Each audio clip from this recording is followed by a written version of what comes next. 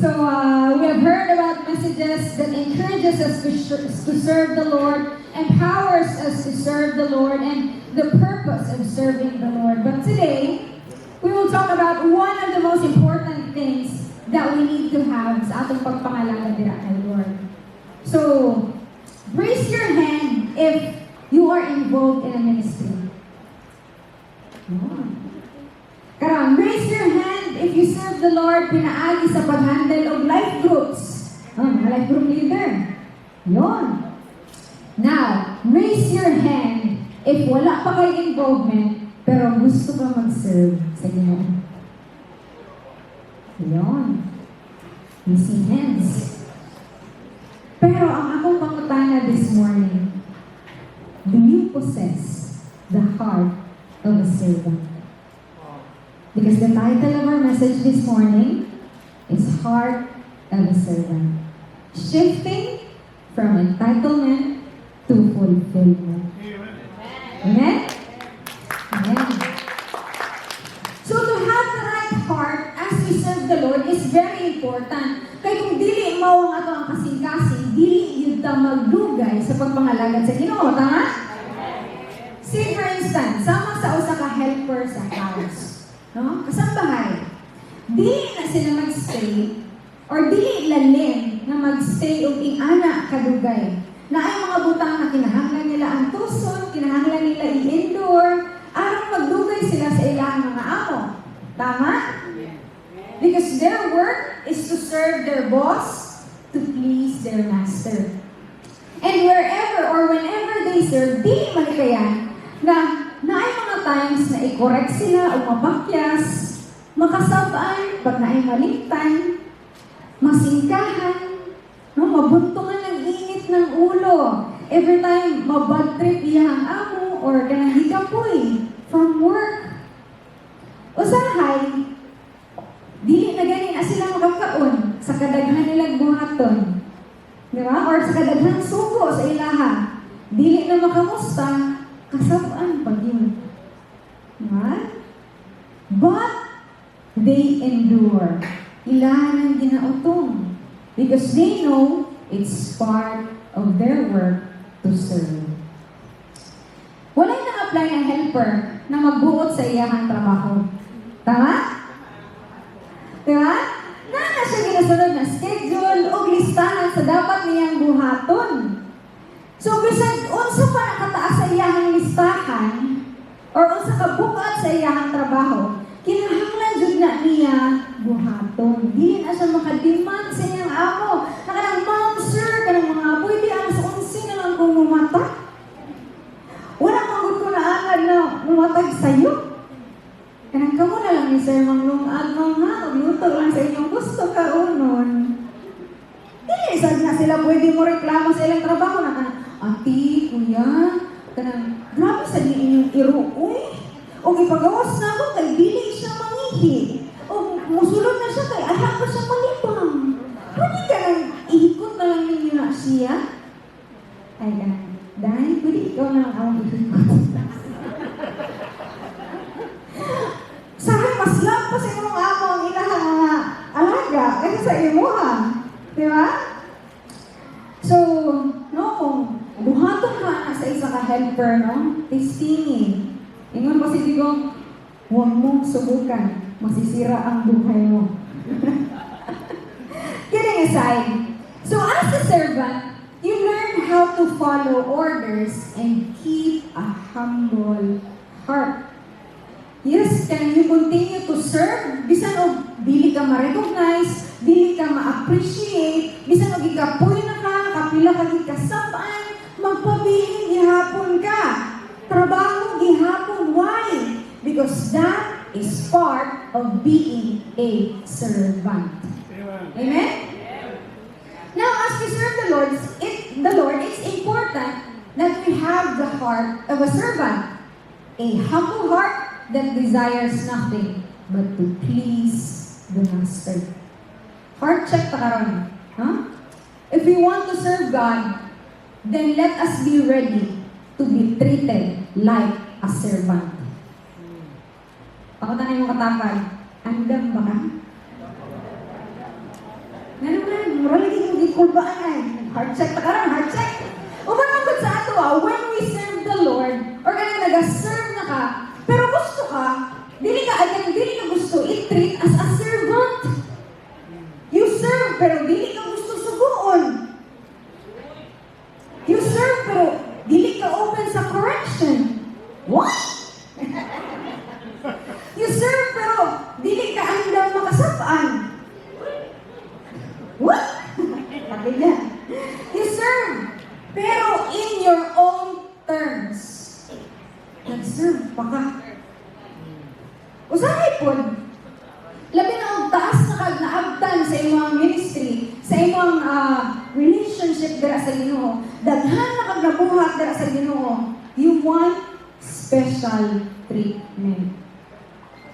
Nahimo na ang worship leader sa big conferences. So, di na ka manghipos o bangko kay makaguba sa inyong image. Na, ay wala kay maguba itong image. Kita ba ko sa TV-TV? Makitaan ba lang ko sa picture ng hipos o bangko?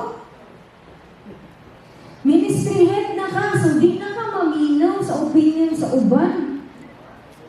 Ako may gisaligan anin na ministry. Dili man sila.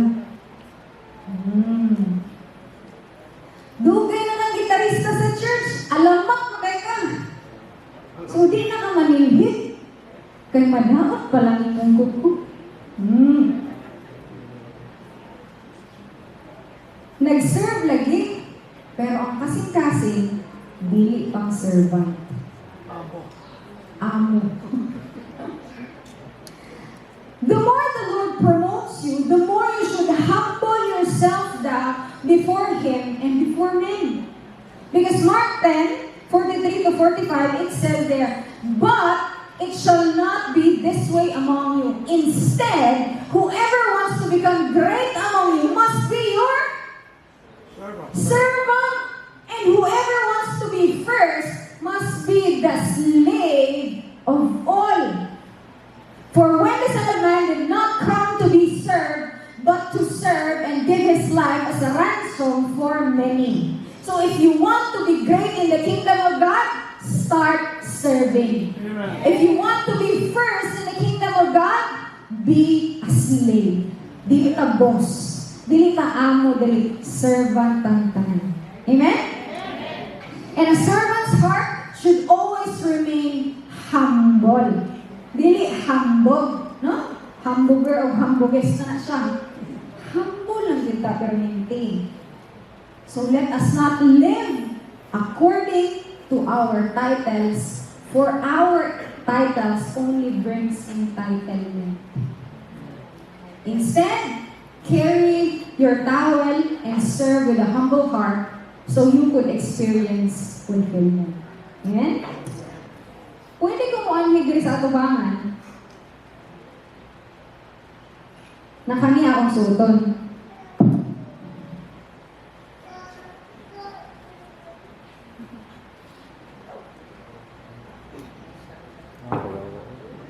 Hulog ng isa ka ano. Ang architect ano. Pwede ko mag-preach na nakaingon ani.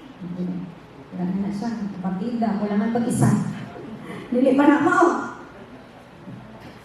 Natago. Dili lagi will ni Lord na lagi na atong mga titles atong bitbiton. Di ba? Dili will ni Lord that as we go here and serve Him, we put on our titles. Because titles only brings entitlement. But we are here to serve God. And if you remember the story, when Jesus entered, I think it was in a city, He was riding on a donkey, and the people took off their coats and laid it before Jesus as a sign of humility. Taking off our coats before Him, because this coat serves as our identity in this world. This coat represents our titles, our achievements, everything that we have accomplished in this world. But sa atubangan sa Ginoo, wala niya siyang tanan. Because all he needs is someone who is willing to carry the towel to serve him. Amen?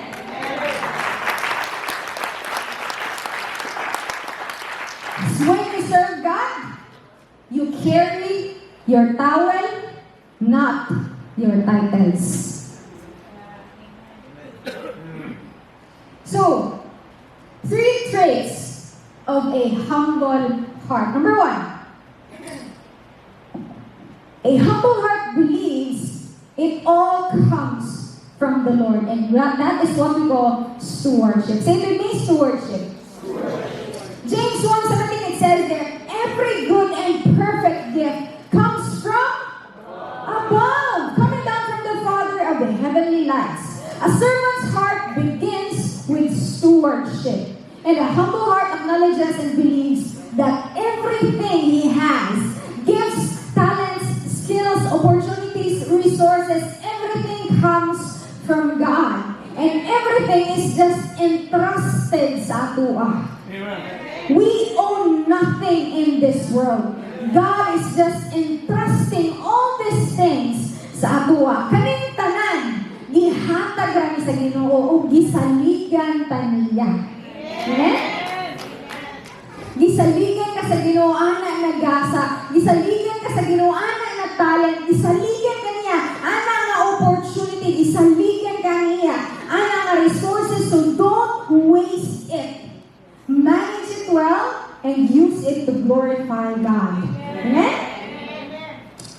So if we manage well what He entrusts sa atua, He will entrust us with more. Say with me, more. Kinsa ganahan more? Ay, kato lang nag-ingon og more ba? More pa, Lord! More talents, more skills, more clients, more opportunities, more wisdom, more resources. Because those who are faithful in the little things will be entrusted with much. Amen. Because this is not about you, this is all about God.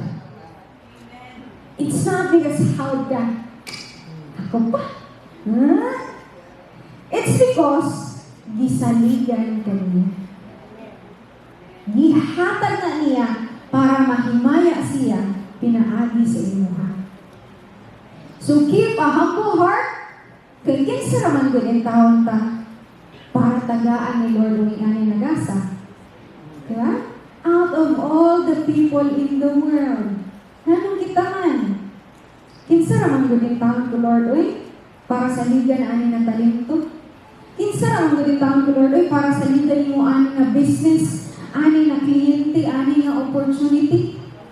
Kinsa raman gud ang taon ko Lord oy? Sa Tagalog pa, sino ba naman ako para biyayaan mo ng ganito? And sino ba naman ako para mag-speak sa inyo ngayon? Kinsa raman ang taon ko, without God, I am nothing. Without God, we are nothing. So when God blesses you with something, keep it in your heart, not in your head. Huwag mo hayaang lumaki ang ulo mo. Palakihin mo ang puso mo. Amen? Because entitlement says, this is my ministry, this is my talent, this is my platform. But fulfillment says, this is God's gift. And just a steward, thankful to be trusted.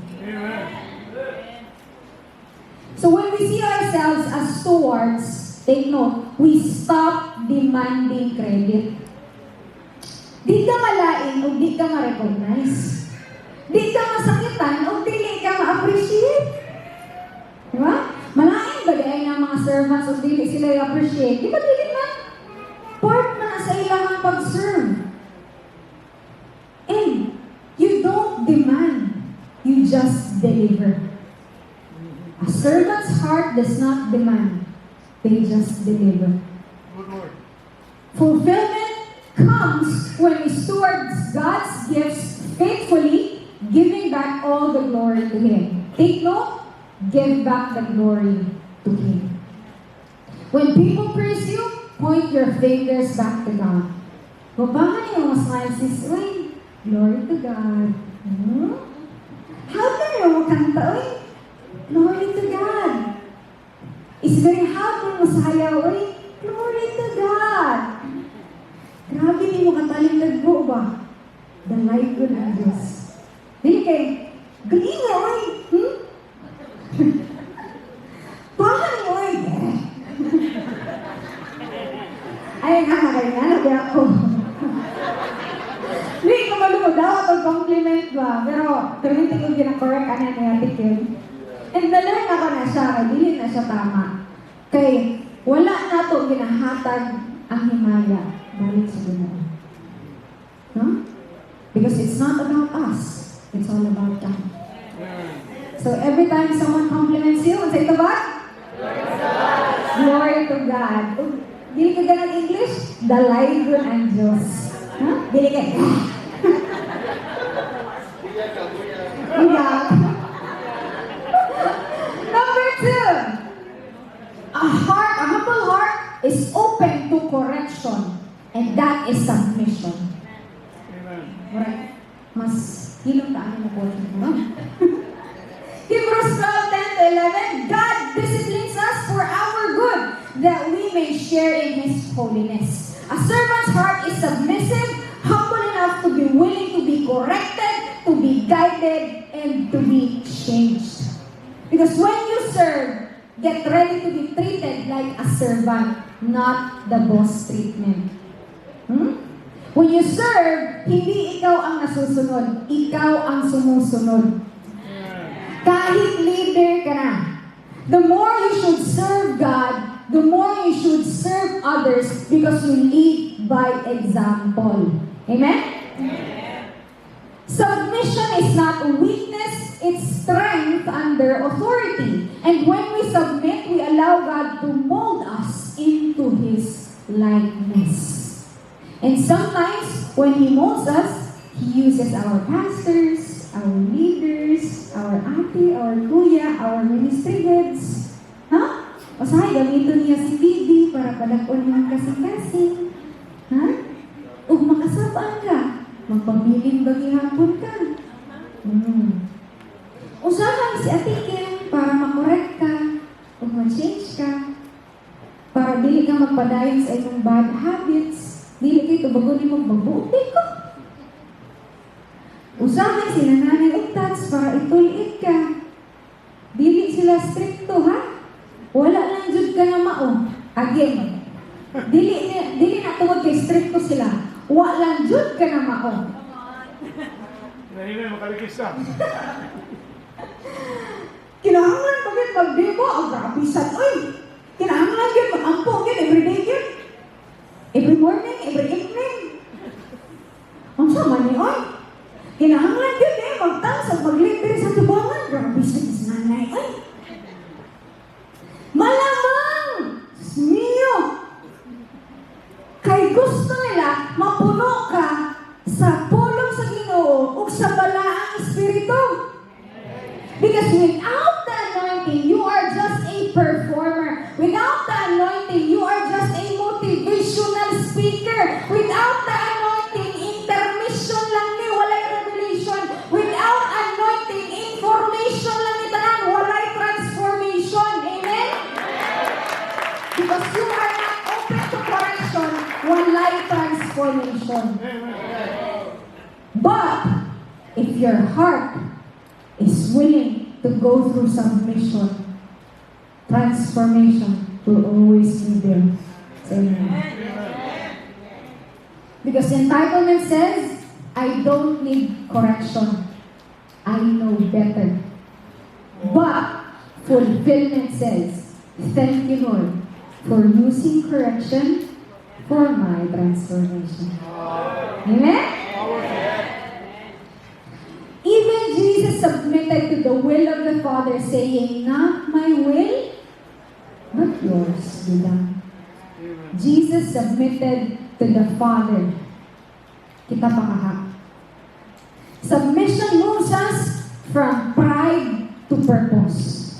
You tear down pride in your heart that builds walls and keeps offenses, and you focus on your purpose. Because fulfillment comes when you stop resisting God's shaping and start reflecting His heart, the heart of the servant. And last but not the least, the third point, a humble heart worships by serving faithfully. And that is surrender. Say it with me, surrender. John 4:34, Jesus said, "My food is to do the will of Him who sent me to finish His work. Because true servants find strength and satisfaction not in recognition, but in obedience." Say to me, obedience. Maglisod ka obey o dili ka humble. Tama? Dili mo kapasugo. But when your heart is surrendered before the Lord, matik imong obedience. Because obedience is part of your worship. Ingon si Jesus, our food is to do the will of the Father. Our food is to do His will. Meaning, kung muundang kag-serve, mangutman ka spiritually. If we stop serving, we start starving. Ngano naluya naman kay igsuon? Ngano wala naman kay gana? Ngano weak naman kay kag-faith? Kay, niundang naman kag-serve. Nibiyak naman ka sa imong post. Ni-step down naman ka. Ako na lang dinimay para dili kay sakit ba? Kaya taas, ma-step down lang ko kay demanding, kaayaw ako ang work. Maglisod, akong balansi sa tanan. O niya, pag step down ni mo, na-strengthen ni mong pagtuo. Pag step down ni mo, ni better ba yung life? O napalayo ora ka sa Ginoo? Pastor, nandito sa kumit sa Barnabas ha. Indaghan ni concern sa negosyo ka rin. O niya, katong wala na kami kumit nilang po ay mong negosyo. Ano, di ka ayaw basta ko. Ano, correction ba na? Ate, kuya, kanina, estudyante. Dili isa ako mag-apil-apil ang love group karambing. Mulay lo sa ako kay focus ako sa aking studies. Unya, sa eskwelahan, nailhan ka. Pero, huwag kay gamit sa simbahan.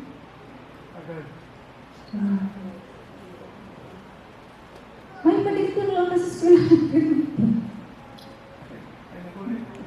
Di na ka mo ulit. Dito na lang ka. Kadungog mo sa inyong kaugalingon? Ang imong pagpangalagad ba ang imong gilet go?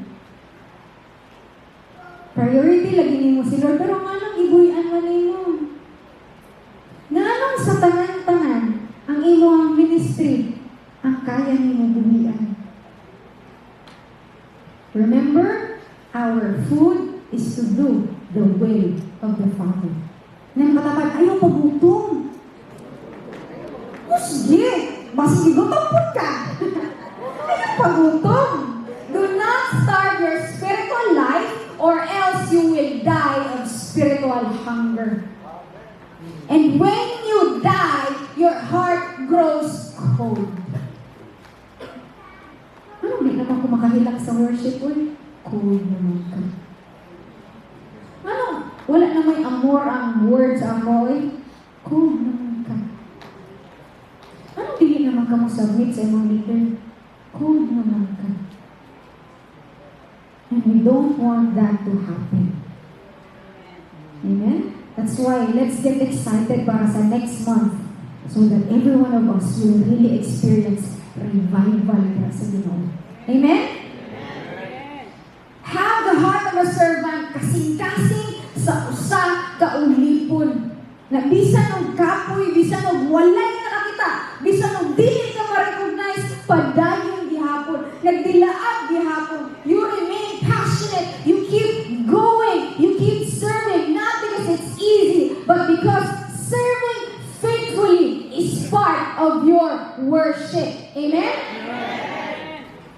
A surrendered heart surrenders to His will. Entitlement says, I'll serve only kung ma-appreciate ko. Pero, fulfillment says, bisan og dili ko ma-notice, I will give my best because I'm doing it for the Lord. Philippians 2:8-9, He humbled Himself by becoming obedient to death, therefore God exalted Him.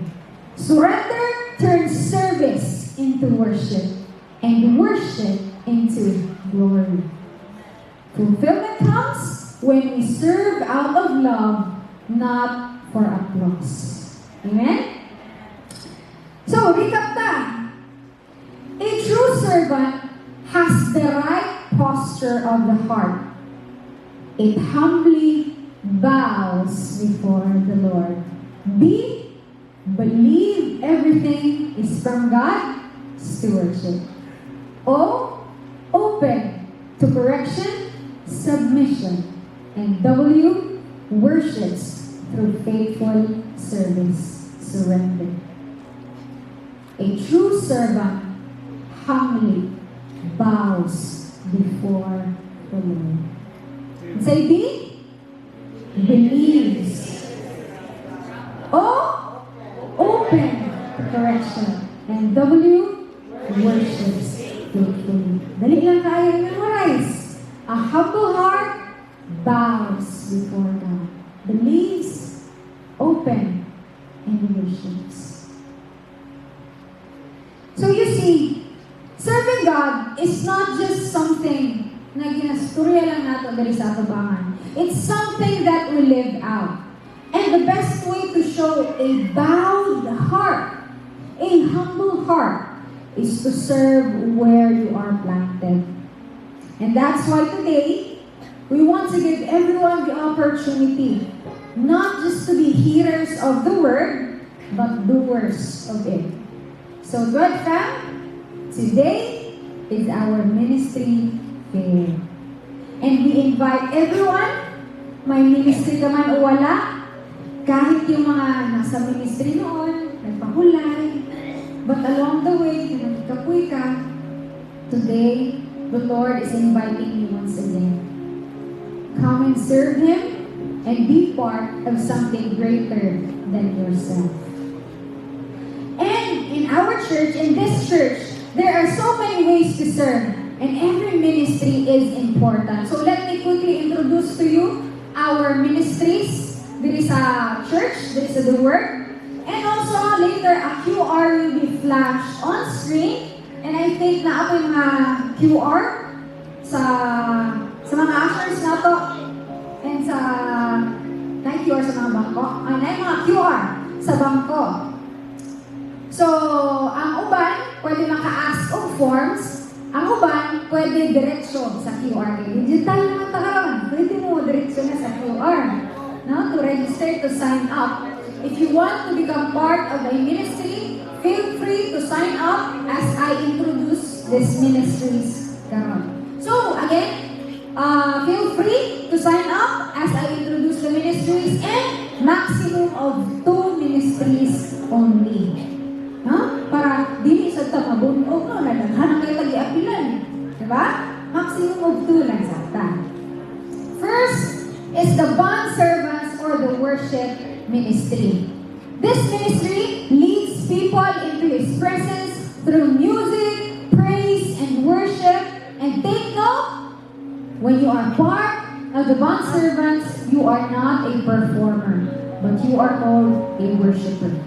The purpose of this is to glorify God and usher the congregation into intimate worship, preparing hearts to encounter His presence. So, ang members ani, singers and musicians. So, kung nakay-gasa sa pagtugtog o pagkanta, you can freely join our bond servants. Psalms 149 verse 3, let them praise His name with dancing and make music to Him with cymbal and harp. Okay, Psalms 200 verse 2. Serve the Lord with gladness, come before Him with joyful songs. Next is the rise of dancers. So the rise of dancers, they express worship through movement and music, using creativity and passion to declare God's glory. The purpose of this is to communicate God's message and joy through dancing, inspiring freedom and victory in worship. So sa mga hawak masaya, asang pwede mapil? Sa Rise Up Dancers. Ikatulo na ministry. O, yan o, Rise Up Dancers. Diba? Mga gwapo o gwapa. Dili maihan, nanaano yung mga inahan dito na nanayaw gihapon. Pwede pa di ay sinanay na pwede kayo. Diba? Number 3, doorkeepers or the ushering ministry. They are the first faces that welcome people into the house of God. They create an atmosphere of warmth, order, and hospitality. The purpose of this ministry is to serve with joy, making everyone feel valued and loved as they come to worship the Lord. Kanang mga nag-greet sa ato sa puntahan, no? Good morning po, no? Jollibee ka mag-kidding side, no? See you next Sunday, and they usher you sa inyong mga lingkuranan. So that, pag abot ni mo diri, they are there to welcome you and guide you. Doorkeepers ministry or ushering. Fourth is the Kingdom Builders ministry or the children's ministry. They shape the next generation by planting God's word in the hearts of children, and the purpose of this is to teach, guide, and nurture children so they grow in their faith, character, and love for Jesus. O hilig ka mga bata na may kasing-kasing para sa kids, Kingdom Builders is for you. Next is the multimedia ministry. This captures and communicates the message of God through visuals, photography, and storytelling. Purpose is to use media, creativity for evangelism and documentation, helping extend God's message beyond the walls of our church. Kung nakaigasa sa kanang multimedia, this ministry is for you. And also the technical team. This ensures that every Sunday service runs smoothly, managing sound, lighting, and technical systems with excellence and precision. Para naitimo atong mga mic, atong mga speakers. So the purpose is to support the ministry of the word and worship by providing clear sound and effective visuals for seamless worship experience. So kung ikaw hilig ka magkulit-kulit sa mga technical staff, this ministry is for you.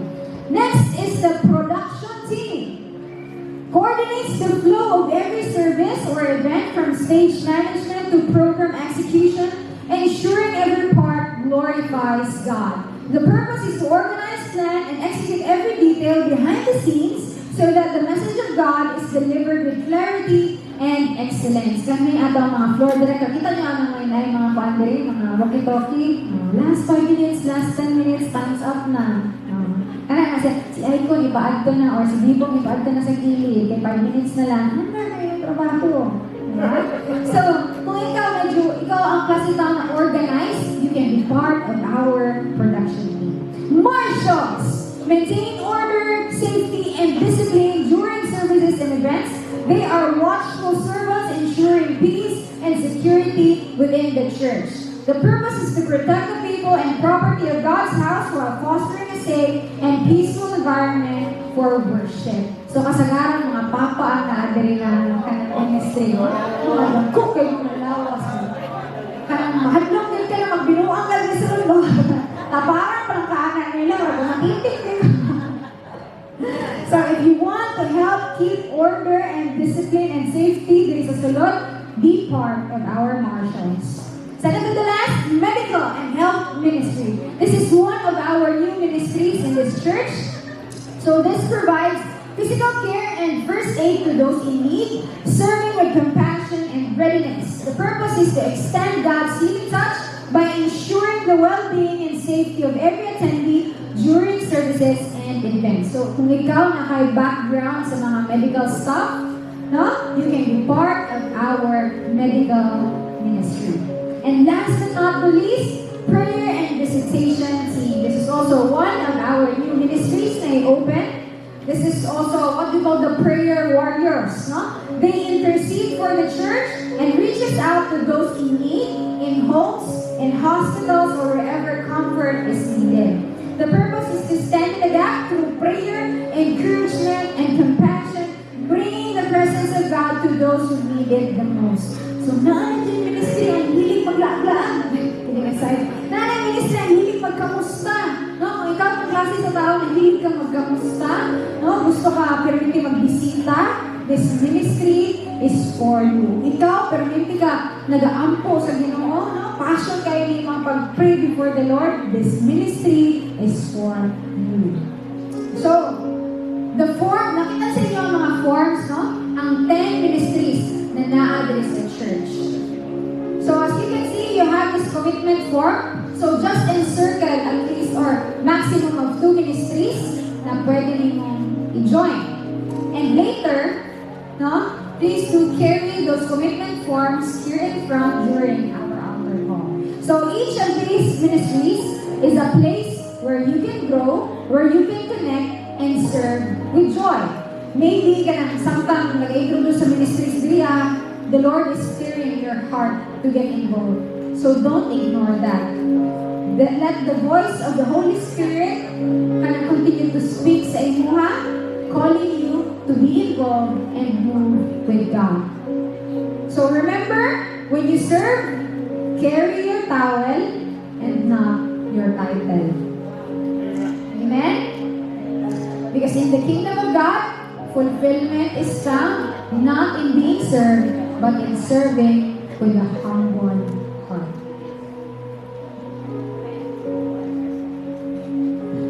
So, at this point in time, na-distribute na ba ang mga forms?